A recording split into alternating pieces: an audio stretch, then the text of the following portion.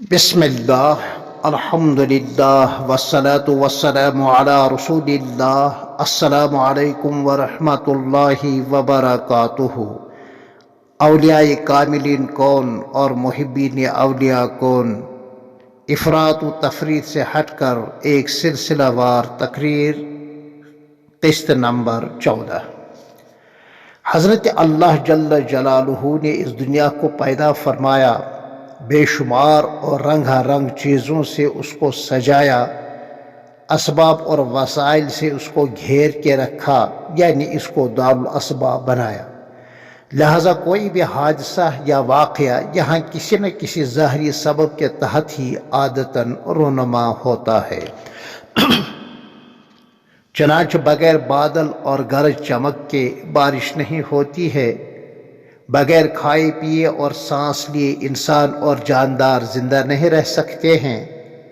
اسی طرح زہر سے انسان کا مر جانا، پانی میں ڈوب کر ہلاک ہونا یا آگ میں جل کر راکھ ہونا، انسانی آواز کا بغیر ظاہری ذریعے کے ایک محدود فاصلے تک ہی سنائی دینا، آنکھ کا ایک مقررہ حد تک دیکھنا، بے جان چیزوں کا کلام نہ کرنا، فطری ملاپ ہی کی صورت میں اولاد کا ہونا، یہ امور بطور عادت کے جاری ہیں، یعنی ایسا ہی ہوتا ہے۔ ان کو امور عادیہ طبعیہ کہتے ہیں۔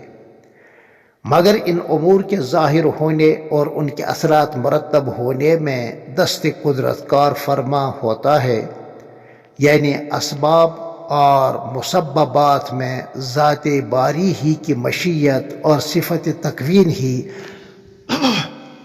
مؤثر ہوتی ہے۔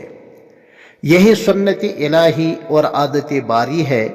ہاں اگر ظاہری اسباب کے بغیر ہی یہ امور واقع ہوں تو ان کو خرق عادات کہتے ہیں۔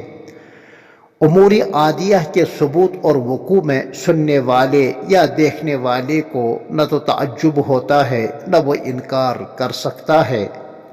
تاہم بطور خرق عادات امور کے ثبوت اور وقوع میں سننے والے یا دیکھنے والے کو نہ صرف تعجب ہوتا ہے بلکہ وہ بسا اوقات انکار بھی کر بیٹھتا ہے۔ وہاں اس کو سمجھانے کی ضرورت نہیں پڑتی، جبکہ یہاں وہ سمجھانے پر بھی نہیں سمجھتا۔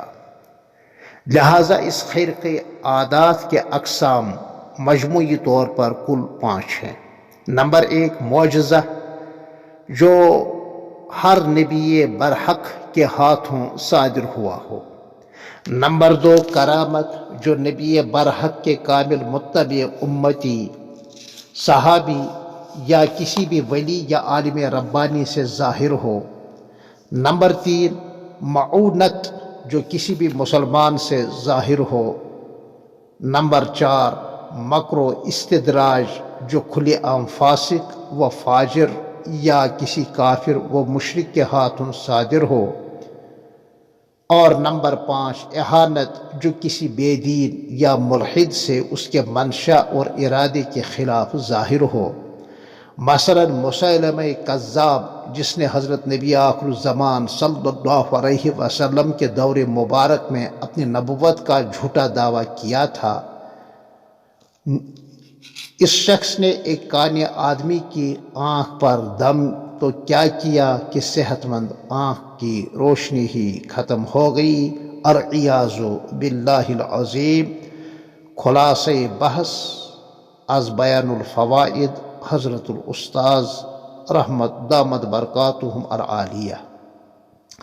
حقیقت معجزہ اور کرامت قرآن و سنت کی روشنی میں حضرات انبیاء کرام علیہم الصلاۃ والتسلیم اور حضرت نبی آخر الزمان صلی اللہ علیہ وسلم کے معجزات یقینی اور قطعی ہوتے ہیں۔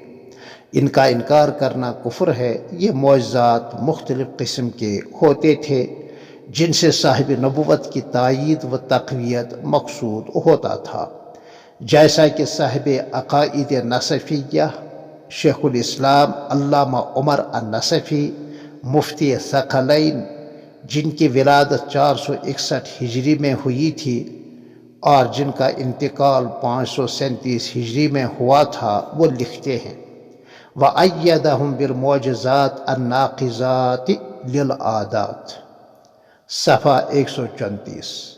یعنی کرامات اولیاء دراصل فیضان نبوت و رسالت ہی کا اثر ہے، اور نبی برحق کے معجزات کی تفصیل بھی، لہٰذا یہ بھی برحق عقیدہ ہے۔ جیسا کہ اسی کتاب میں جو خالص عقائد و کلام کی کتاب ہے لکھا ہے، وَكَرَامَاتُ الْأَوْلِيَاءِ حَقٌّ، صفحہ 144۔ اور عقید الطحاوی جو ہماری اساسی اور بنیادی عقیدہ سے وابستہ کتاب ہے، صفحہ 147 پر حضرت علامہ ابو جعفر المعروف بالامام الطحاوی لکھتے ہیں، وَنُؤْمِنُ بِمَا جَاءَ مِنْ كَرَامَاتِهِمْ وَصَحَّ عَنِ الثِّقَاتِ مِنْ رِوَایَاتِهِمْ، یہ کرامات قرآن و حدیث سے اور اکابر اسلاف سے تواتر کے ساتھ ثابت اور منقول ہیں، لہذا انکار کرنا محض چوری اور سینہ زوری ہوگا۔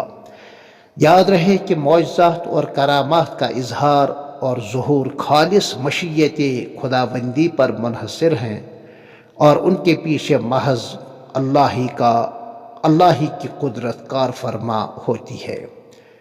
کرامات حجت شرعی تو نہیں ہیں، البتہ برحق عقیدہ ہے، یعنی کرامات اور کشف سے حلال کو حرام یا حرام کو حلال یا سنت کو بدعت یا بدعت کو سنت ثابت کرنا یا بطور استدلال پیش کرنا صحیح نہیں ہے۔ ہاں، معجزات کو تشریعی اور تائیدی حیثیت حاصل ہے، جبکہ کرامات محض تائید ولایت ضرور ہے۔ جس طرح ہر نبی سے معجزات کا صدور لازم نہیں تھا، اسی طرح ہر ولی سے کرامت کا ظہور بھی ضروری نہیں ہے، اور نہ یہ ولایت کا معیار ہے، بلکہ اتباع شریعت مطہرہ یعنی کمال تقوی اور کمال طہارت معیار ولایت ہیں۔ پھر ملتے ہیں انشاءاللہ اسی عنوان کے تحت قسط نمبر 15 میں، تب تک کے لیے السلام علیکم ورحمۃ اللہ وبرکاتہ۔